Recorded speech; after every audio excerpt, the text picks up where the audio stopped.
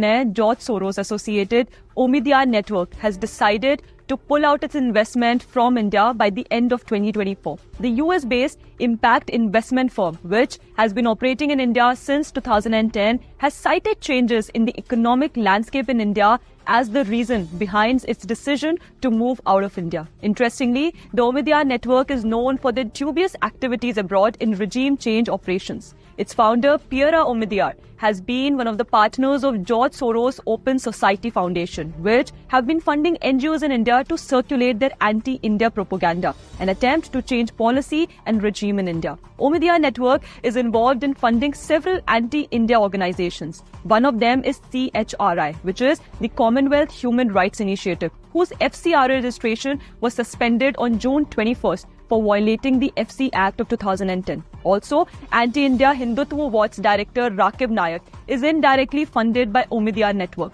The leftist media portals such as Scroll, The Wire and News Laundry are also funded by Omidyar Network. Pointers International Fact-Checking Network, that is IFCN, which has been known for its biased fact-checking regime on the Indian IFCN network, was given $1.3 million as grants by Omidyar Network Open Society Foundation. There is a very interesting link of Omidyar Network with the Congress Party. So Bharat Pandey, who leads Omidyar's initiative in India, was the special advisor to Jairam Ramesh when he was India's Minister for Rural Development and Environment and Forest.